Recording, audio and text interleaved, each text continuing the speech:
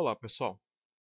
Hoje vamos tratar aqui fazer um exemplo da API de persistência, utilizando o arquivo do padrão Java SE mesmo, para depois a gente ver algumas diferenças em relação ao Java EE.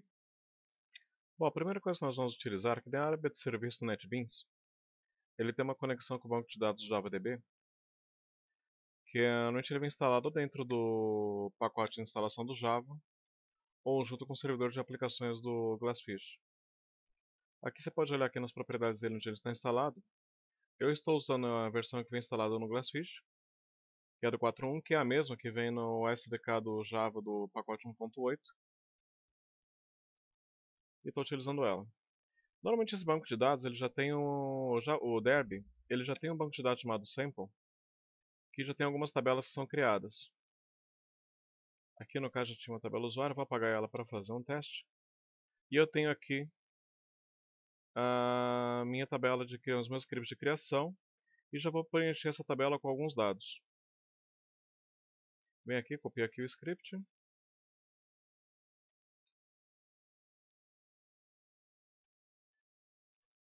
Tem aqui a tabela preenchida, Joe, Johnny, de 1 a 7, os IDs e tudo mais, definidos, sem problema algum. Só o erro drop T, porque a tabela já não existia. Ok? Bom, então aqui eu preparei minha tabela, e eu vou agora criar um projeto no NetBeans.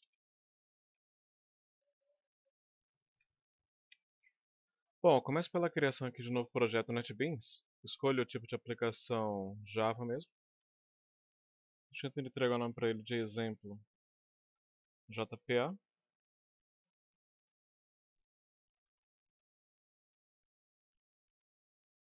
Deixa eu colocar aqui numa pasta aqui temporária, que eu já tenho aqui com alguns exemplos. Vai ficar nessa pasta aqui. E aí ele vai criar para mim toda a configuração inicial do projeto, já com uma classe com o método main. Bom, o próximo passo aqui é criar agora uma classe de entidade. Cria aqui uma classe Java. No caso, eu vou chamar minha classe de entidade de usuário, que é referente àquela tabela que eu criei lá no banco de dados. Coloco aquilo num pacote. Finalizei. Bom, aqui para agilizar um pouco o vídeo, eu vou copiar o código-fonte que eu já tinha digitado anteriormente. E o que, que a gente pode ver? A classe de entidade ela vai aparecer com alguns tipos de erro, alguns errinhos aqui. Se você passar aqui o mouse, ele vai falar que não encontrou pacote de persistência. Entity não é um tipo de anotação. E o que seria isso? Bom, a JPA é uma API de persistência que vem normalmente com o servidor de aplicações do Java EE, da plataforma do Java EE. Só que você pode utilizar vários tipos de vários provedores. A Oracle faz alguns, a IBM faz alguns outros, a Red Hat faz outros através do Hibernate. E esses, como de provedores de persistência, o que é que eles utilizam? Para saber como a API da JPA vai ser utilizada no banco de dados, ele utiliza alguns comandos que são metadados, que são conhecidos como anotações, que é o caso aqui do @int, @table, @id, generated value. E isso aqui é o que significa? A @entity é uma anotação da API de persistência que indica que essa classe usuário está conectada com uma tabela no banco de dados, representa uma entidade no banco de dados. O @table indica que essa classe referencia essa tabela na base de dados. O @id indica que esse atributo aqui, o private integer id, é uma chave primária no banco de dados, na tabela, e o generated value, aqui com o extrato de generationType.auto, indica que, que, a, que é uma chave primária criada sequencialmente. Ele é auto-incremento o número sequencial. Bom, então, esses caras aqui, o que acontece? Eles não estão no dentro, eles não fazem parte ou seja, todas essas classes aqui, o Entity Generate Type, Value, ID e Table, essas classes elas são fornecidas pelo provedor da unidade de persistência. No nosso caso, eu vou marcar um aqui no projeto, eu venho aqui, propriedades, e aí relembrando, se fosse um servidor de aplicações, esse provedor já faz parte do servidor. Só configurar no aplicativo qual que eu preciso usar. Aqui, no caso de uma aplicação do Java SE, eu tenho que adicionar esse provedor de persistência ao projeto. Eu venho aqui na parte de bibliotecas. Eu vou utilizar isso do Hibernate, mas você pode ver que tem vários. Tem Eclipse Link, que é da Oracle. Essa versão aqui é do Douglas que não tem mais o Top Link, que era da IBM, acho que ela descontinuou. E também tem um provedor de persistência genérico aqui da 2.1. Não sei de quem é. Eu vou utilizar aqui o do Hibernate, que faz parte do projeto Hibernate da Red Hat.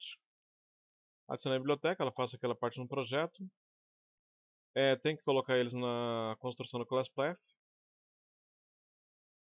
Dou aqui um OK. Num passe de mágica, os erros acabam sumindo. Bom, mas aqui em relação ao provedor de persistência, pode utilizar qualquer um que você queira. Pode utilizar também no Eclipse Link. E todos os comandos aqui, esses comandos aqui da @ent, @table, todos eles têm que ser entendidos por qualquer provedor de persistência que você utilize. Dando uma olhada aqui no restante da classe, o que eu tenho? Eu tenho a definição da classe, que é o implement serializable, que eu preciso ter isso aqui para poder que a classe seja sempre acessível nas comunicações, porque como se fosse um objeto remoto. No caso da API de persistência, cada classe de entidade tem que ter um ID único, que é esse Serial Version ID. O nome da variável acaba sendo esse aqui seria o ID dela. Você pode colocar esse número normalmente, qualquer número que você coloque, ele é um tipo long, por isso que tem um L aqui no final.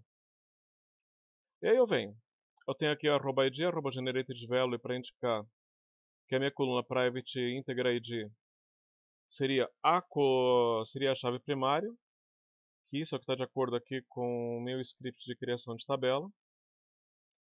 Integral generate, constraint, pkid usuário, primary key ID. E o generate type igual alto, que também está aqui com o generate always como identidade, começa com 1 e incrementa por 1. Depois tem os outros. Aí escreva aqui, de acordo com os outros valores, nome, login, senha, que são private string. Tem o construtor padrão da classe, que é meio que obrigatório ter isso aqui. Tem um construtor que recebe nome, login e senha para inicializar um usuário. E normalmente o ID é como 0. Aqui até no caso, deixa aqui por enquanto. Tem outro construtor usuário que ele recebe também o ID, o nome, login e senha. E aí depois o que eu tenho? Eu tenho aqui os métodos get e set para cada um dos atributos. Get set ID, get set nome, get set login, get set senha. Então isso aqui acaba sendo minha classe de entidade. Ok? Que vai ser utilizado pelo gerenciador de entidades da API, que vai ser usado como base pela JPA, para saber qual é a estrutura da tabela que ele vai mexer no banco, que ele vai ter que lidar no banco de dados na hora de fazer a camada de persistência. Normalmente, de acordo com esses valores que você coloca aqui de anotações, ele também faz uma pré-consistência dos dados antes de fazer a inserção. Então, por exemplo, aqui, como é um auto-generate o type, se você inserir algum valor, vai dar algum tipo de problema no teu software.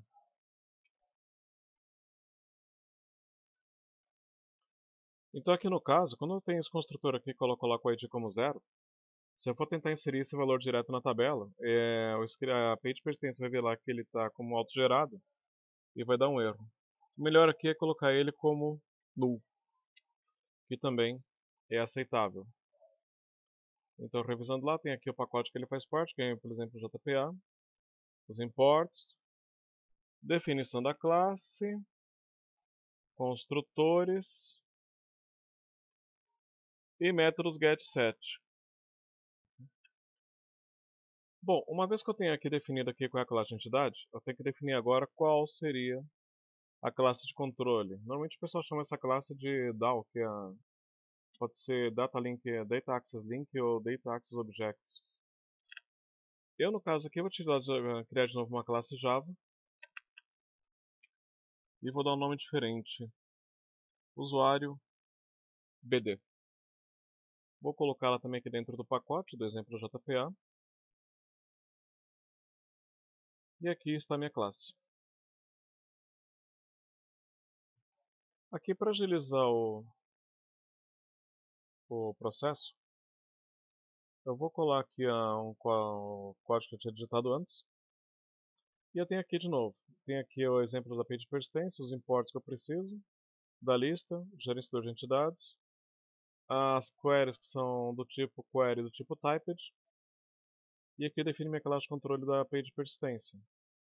A minha classe de controle ela tem que ter as seguintes informações. O gerenciador de entidades, que vai ser utilizado nesse contexto dentro do contexto de persistência. O contexto ele vai ser definido eu posso definir ele aqui dentro da classe de controle, ou eu posso definir ele numa outra classe que utiliza a minha classe URBD, e nesse caso eu vou definir numa outra classe que mais tarde, na classe que utiliza aqui a classe do URBD. Então eu inicializo ela com valor de null e crio também uma variável um objeto tipo E, que seria um private usuário, que seria um objeto da minha classe de entidade.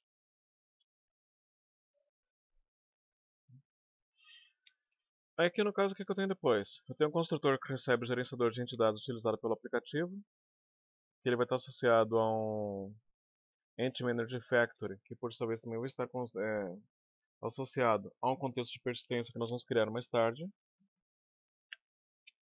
E aí o que eu faço? Eu criei aqui o método criar usuário, que recebe o nome, login e senha, para configurar esses dados individuais do usuário.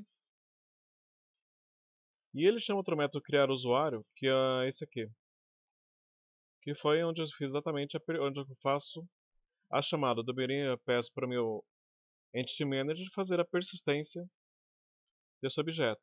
Ou seja, aqui eu configuro ele, que já está associado com essa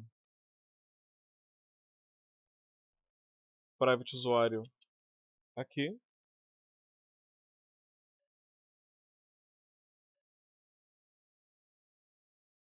Que é o que ele vai acabar pegando. E tem dois tipos. Dois criar usuários. Aqui seria uma sobrecarga de métodos.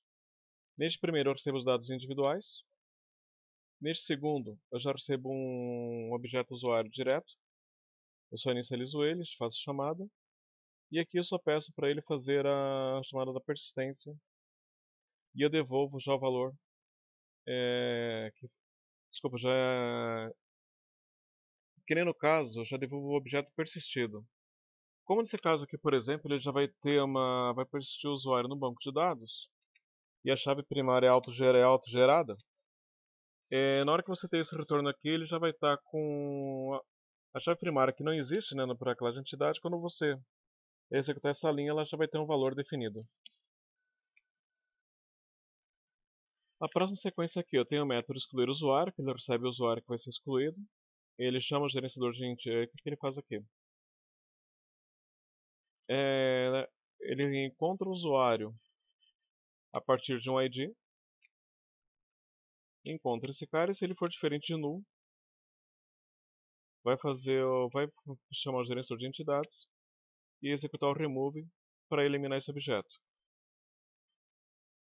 Na sequência, tem aqui o método para selecionar um usuário a partir do seu ID, que é public usuário busca usuário integer ID, e ele chama o gerenciador de entidade do método find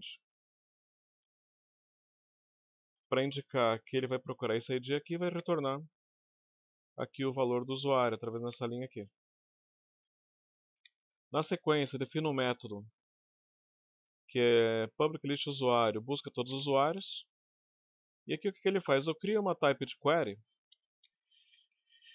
aqui vai chamar o gerenciador de entidades através do método chamado createQuery, onde eu escrevo uma query em formato JPQL, que é o formato padrão da API de persistência, que é do JPA, e é bastante similar aqui ao SQL padrão. Falo para ele qual é a classe de referência, a classe de entidade, para ele saber como é que ele vai ter que montar essa estrutura de cada um dos itens. E aqui ele monta... E aqui ele vai montar essa query para ser executada. Quando chegar aqui no return query result list, get result list, é nesse método getResultList que essa query vai ser executada.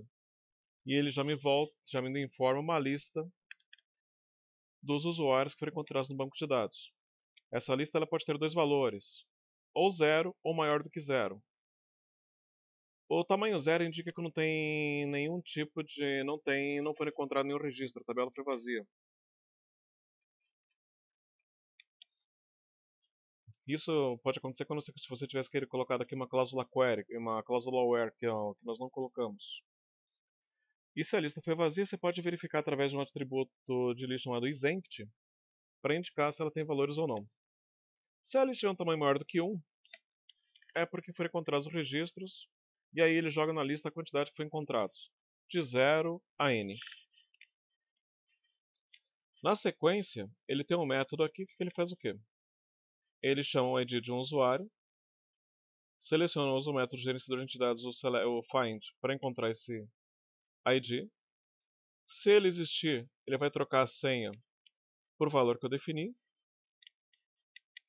E vai voltar o usuário já com a senha alterada, ou seja, a senha já estará persistida na base de dados. E aqui falei isso, eu coloquei o método para selecionar o maior ID do usuário. Aqui eu faço uma outra query, que é diferente do type de query, que seria um select max ID de usuário.1, onde eu vou tentar selecionar o máximo ID para usar no exemplo. É que ele faz no caso, como o max ID só vai voltar sempre um valor, ele vai colocar sempre o single result. Ou não foi encontrado, ou foi encontrado o número máximo da coluna. Ok? E aqui ele informa esse valor. Eu vou usar esse método maxID para não ter que ficar pedindo para o usuário toda hora qual é o ID para ele ter que ficar consultando o banco de dados. Então eu vou usar um método que vai gerar um número aleatório entre 0 e esse maxID para saber qual registro que eu vou pegar na tabela do banco de dados.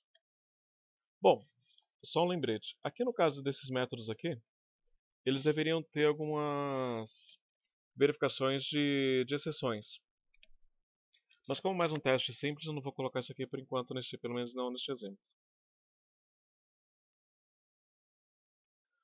O próximo passo aqui é programar agora essa classe de teste. Bom, aqui para não alongar tanto o vídeo, eu vou colar aqui o código-fonte que eu já tinha digitado em outro lugar. E tenho lá o package, os imports que eu preciso, list random, entity manager, entity manufacturer e o persistência. E aqui tem o método main. Bom, vamos lá.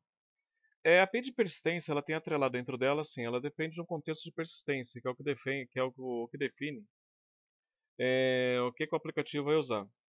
Normalmente esse contexto de persistência é definido num arquivo chamado persistence.xml, que é chamado comunidade de persistência. E nós criamos ele desse jeito. Deixa eu copiar aqui esse nome, que eu vou utilizá-lo. Vim aqui em novo, outros, persistência, unidade de persistência, próximo. Aqui, se você ficar em dúvida sobre onde da localização, você pode digitar assim unidade pelo início que ele já lista as opções. Então vamos lá.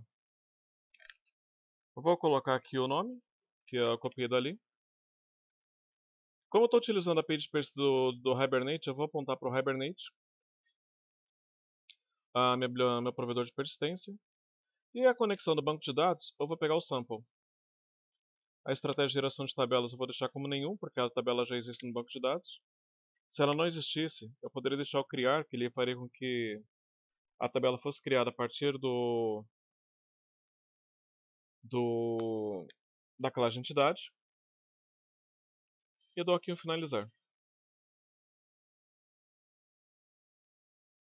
Essa aqui é a minha configuração inicial. O que eu preciso fazer aqui é incluir as classes de entidades do meu projeto, que no caso seria exemplo usuário. Ele sabe que a classe de entidade é por causa daquele @entity. Definiu aqui.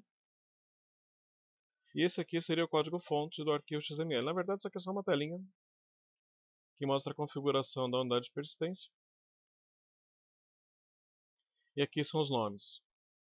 Esse aqui é o nome que o aplicativo vai referenciar para saber qual é a situação. O tipo de transação é local, porque o servidor está aqui na mesma máquina que a minha. O provedor de persistência é fornecido pelo Hibernate. Isso aqui você vai ter que configurar de acordo com o que você está usando.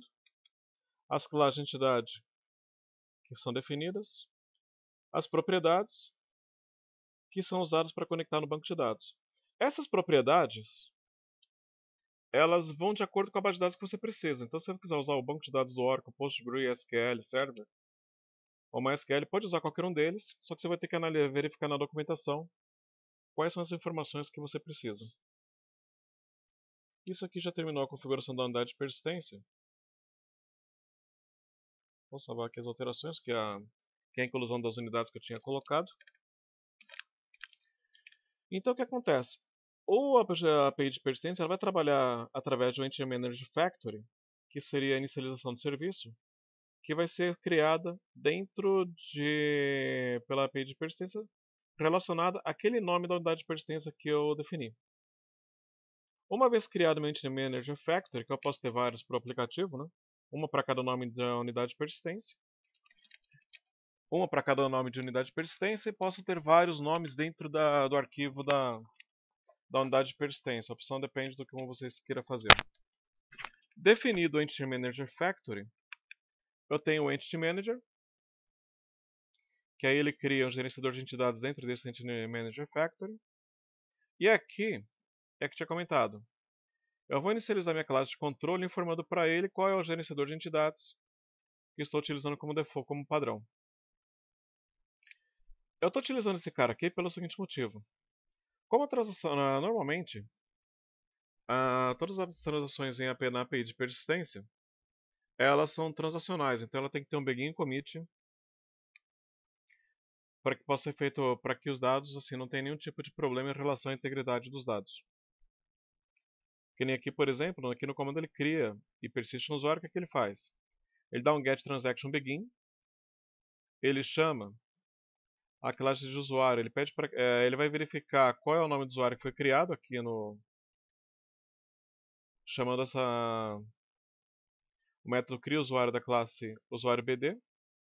E aí ele cria aqui um novo usuário. Ele coloca o ID como null, o igpop é o nome dele, o login vai ser ig e a senha candy. Se a transação for bem sucedida de persistência, ele vai através do finalizar a transação com commit para indicar que o dado foi persistido e vai imprimir aqui. O que eu coloquei aqui até o e.getID é para mostrar que esse cara vai ser a chave primária, ela vai ser persistida, já vai vir o retorno dentro dele para indicar que foi persistido.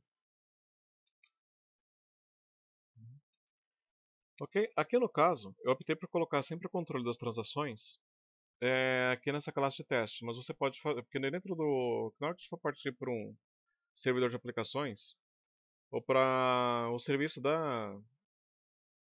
de persistência que está rodando no servidor, ele meio que controla isso para você também.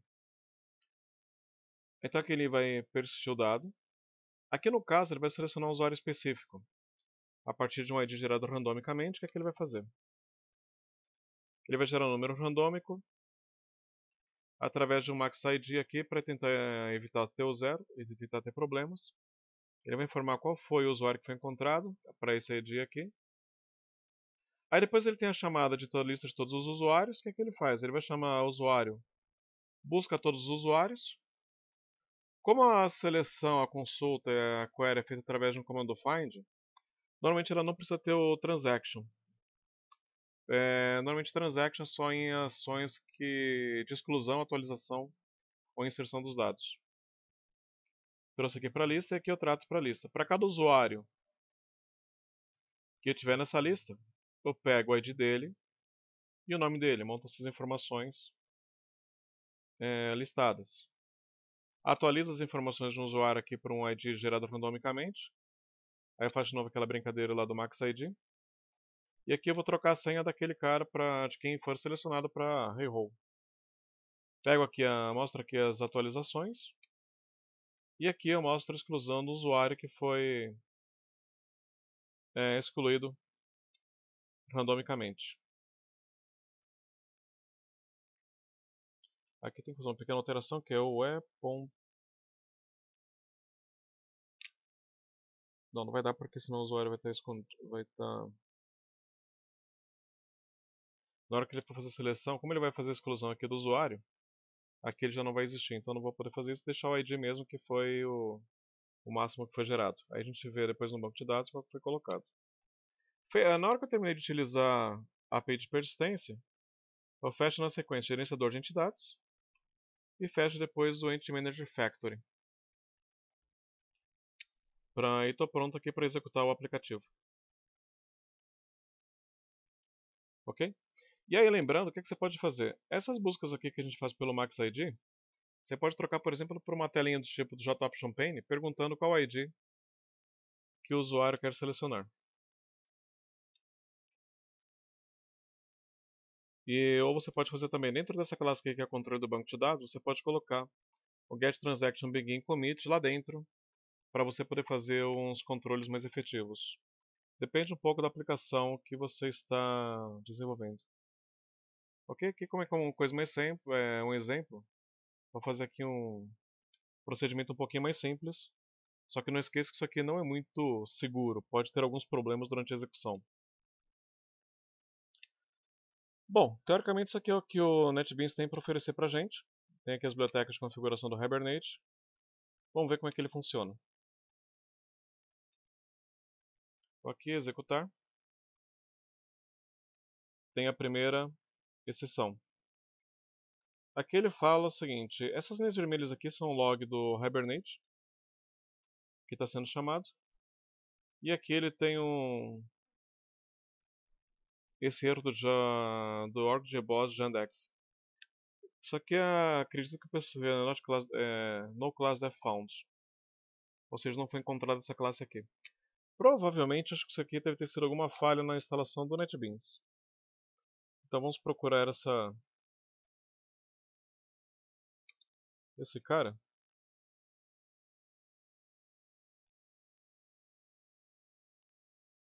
Se eu não me engano, ele é do Maven Repository.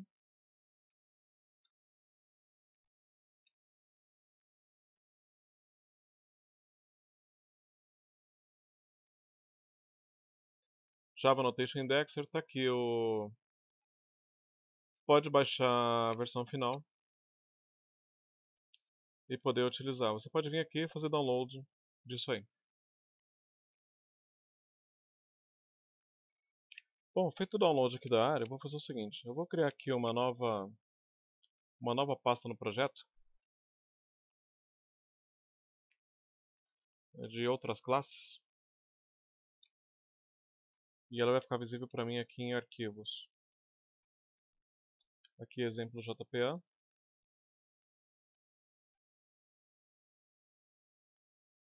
Eu vou colar dentro dele.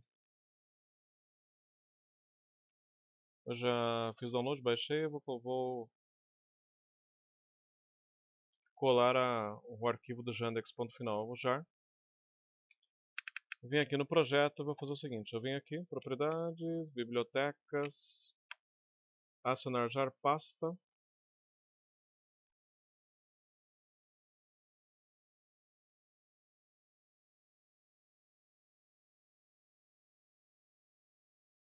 Aqui no meu diretório class, coloco aqui.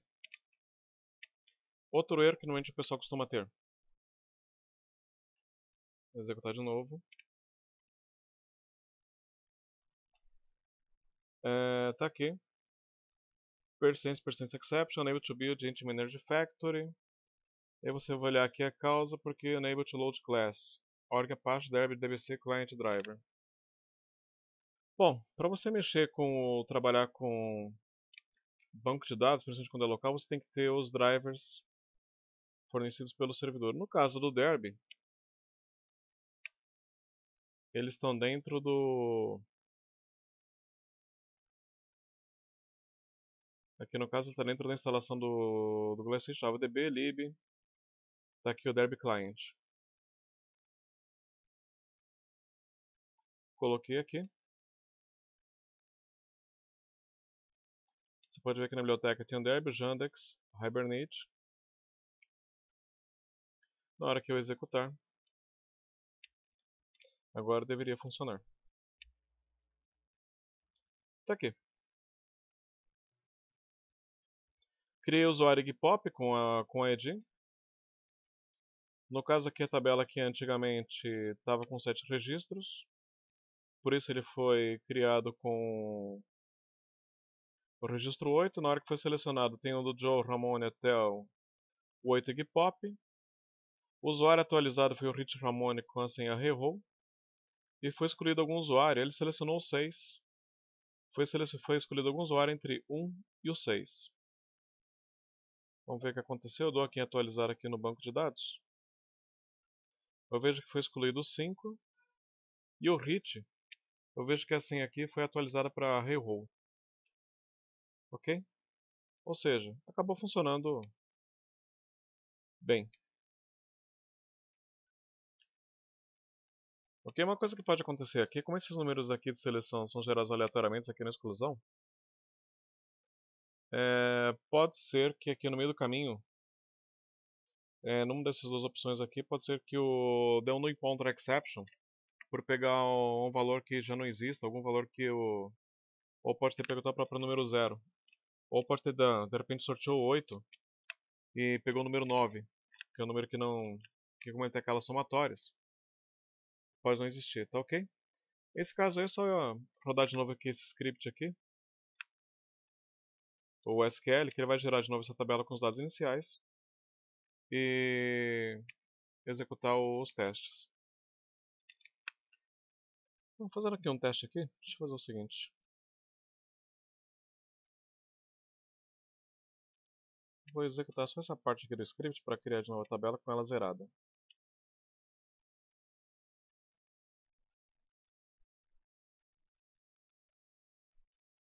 Opa. Isso significa que na hora que eu for executar essa linha aqui somente,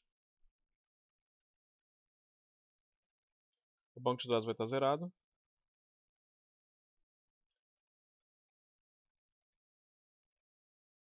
Vamos ver o que acontece com a execução do aplicativo.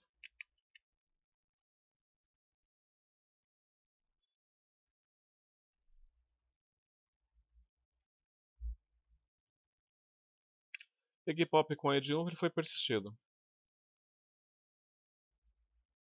Se eu fizer aqui a seleção, está lá o Igpop persistido. Mas aqui já deu aquele erro que eu falei de one pointer exception. Vou executar de novo e ver o que acontece.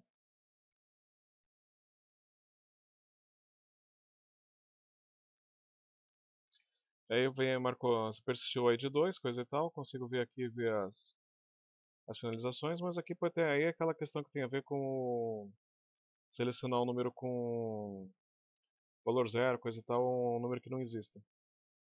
Ok? Mas vê aqui que a API de persistência funciona. Ok, pessoal? Bom, até a próxima e abraços.